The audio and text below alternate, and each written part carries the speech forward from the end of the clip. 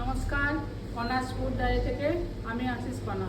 আজকে আমি একটা আগেকার দিনের রান্না সেটা দেখাবো, ইলিশ মাছের মাথা দিয়ে কচুরলতি। তো আমি এই কচুরলতি করার জন্যে আমি কিছুটা লতি কেটে হালকা করে সেদ্ধ করে জল ছাড়িয়ে রেখেছি। প্রথমে কড়াইয়ে সর্ষের তেল দিলাম। এই যে 2 পিস ইলিশ মাছের মুড়ো দুদিকে কাটা এটা নিয়েছি, আর লাগছে কিছুটা গ্রেট করে রাখা রসুন, একটু আদা দিয়ে বাটা। এটাই মোটামুটি লাগছে। আর কি লাগছে আমি রান্না করার সময় দেখাচ্ছি। এই রান্নাটা মোটামুটি প্রায় সবাই করে, অনেক রকমভাবে করে। আমি কিভাবে করি সেটা আপনাদের দেখাচ্ছি। দেখুন, আমি ইলিশ মাছের মুড়োটা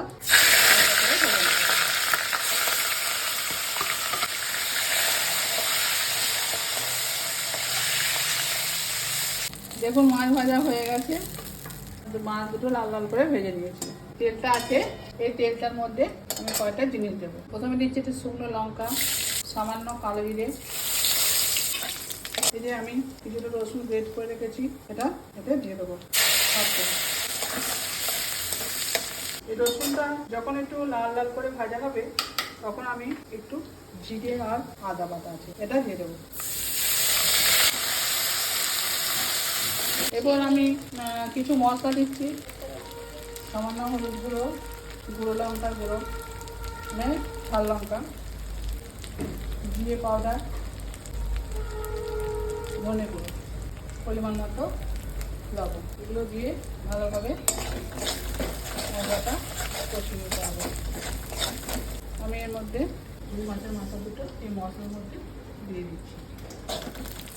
এই মাথাটা ভালোভাবে ভেঙে নিতে হবে।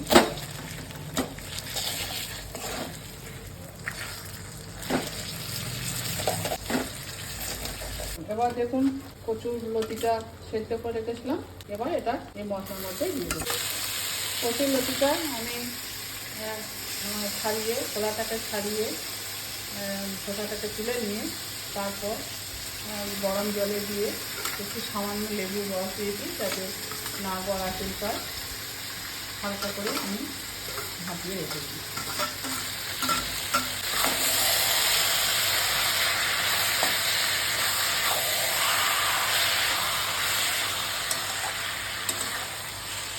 আর দেবো আমি একটু চিনি, 1 চামচের মতো। 1 চামচ নয় তো আমি 2 চামচ, আমাদের একটু তরকারি মিষ্টি মিষ্টি খাই, একটু চিনি দিই। এবার ভালো করে কষিয়ে নেব।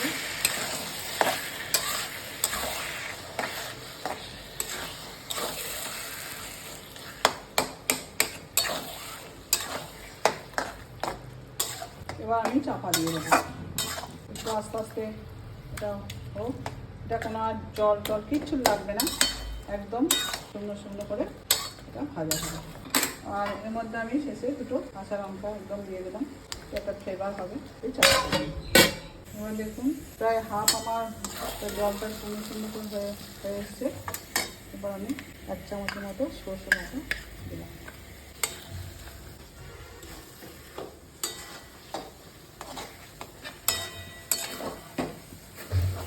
দেখুন কচুর শাক হয়ে গেছে আমার, কচুর লতি। এরপর আমি সবের শেষে গরম মশলা দিয়ে দিলাম একটু।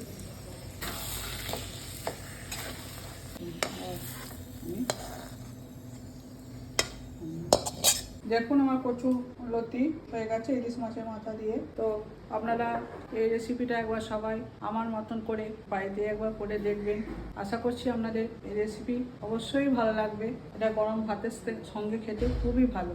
আপনারা দেখলেন আমি কচুর শাকটা তো করলাম, তো আমি আর একটা রান্না আপনাদের সঙ্গে একই দিনে শেয়ার করছি। সেটা হলো আলু দিয়ে হাঁসের ডিমের কষা। এটা হচ্ছে এই আলু দিয়ে এরমভাবে ডিম কষাটা করলে খুবই খেতে ভালো লাগে। দেখতে থাকুন আমি কিভাবে এই ডিম কষাটা করি। প্রথমে আমি কড়ার মধ্যে সাদা তেল আর সরষের তেল, দুটো তেল আমি মিশিয়ে ডিম রান্নাটা করবো। এবার আমি ডিমগুলোকে ভেজে নেব।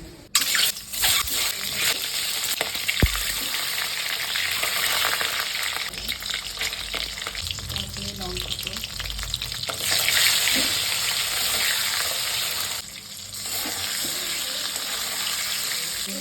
করে ভাজা হয়ে গেছে। এবং আমি আস্তে আস্তে এগুলোকে তুলে নিচ্ছি। এরকমভাবে কয়েকটা আলু নুন হলুদ দিয়ে সেদ্ধ করে রেখে দিয়েছি হালকা করে, তাহলে রান্নাটা আমার তাড়াতাড়ি হয়ে যাবে। এই আলুটা সেদ্ধ না করলেও হবে, কিন্তু যেহেতু আমার তাড়া আছে ওই জন্য আমি এই আলুটাকে হালকা করে সেদ্ধ করে নিই। এই আলুগুলোকে আস্তে আস্তে ভেজে নিতে হবে। দেখুন লাল লাল করে আমার আলুগুলো ভাজা হয়ে গেছে, এরমভাবে ভাজা হয়ে গেছে। আলুগুলো পুরো তুলে নিচ্ছি। এই তেলের মধ্যে একটু সর্ষের তেল মেশানো, একটা তেজপাতা, দুটো সবুজ বা ছোটো এলাচ, দুটো দারচিনি।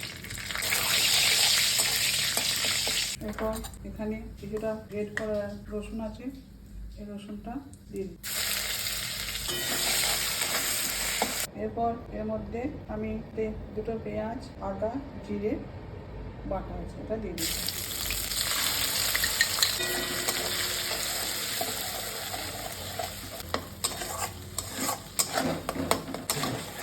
একটা ছোটো টমেটো পেস্ট রেড করা আছে, এটা দিয়ে দিই। নুন দিয়ে দেবো, ডিমে নুন দিয়ে আমি, আলুতেও নুন দিয়ে আমি, পরিমাণ মতো আমি নুন দিয়ে দেবো, হলুদ আর লঙ্কা।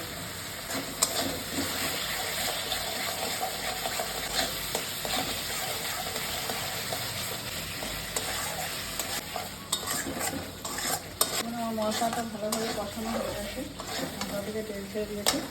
এবার আমি এই আলুগুলো ভাজিয়ে ভেজে আলুগুলো দিয়ে দেবো।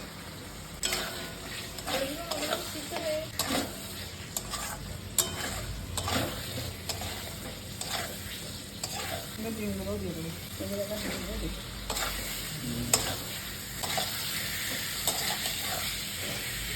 ঠান্ডা জলই গল্প করে দিয়ে দিই।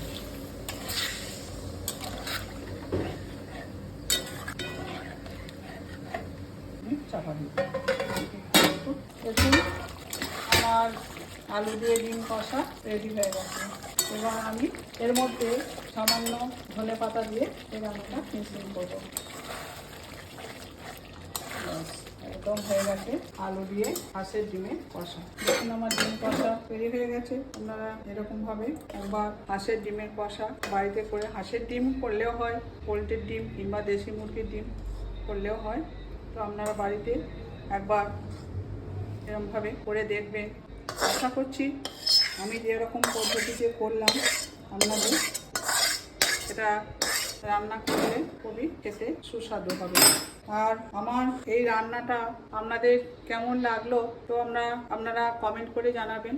আর যদি ভালো লাগে তো সবাই আমার পাশে থাকবেন, আমাকে লাইক, শেয়ার, সাবস্ক্রাইব করবেন। আর এতক্ষণ আমার পাশে থাকার জন্য সবাইকে অনেক অনেক ধন্যবাদ। সবাই ভালো থাকবেন, সুস্থ থাকবেন। নমস্কার।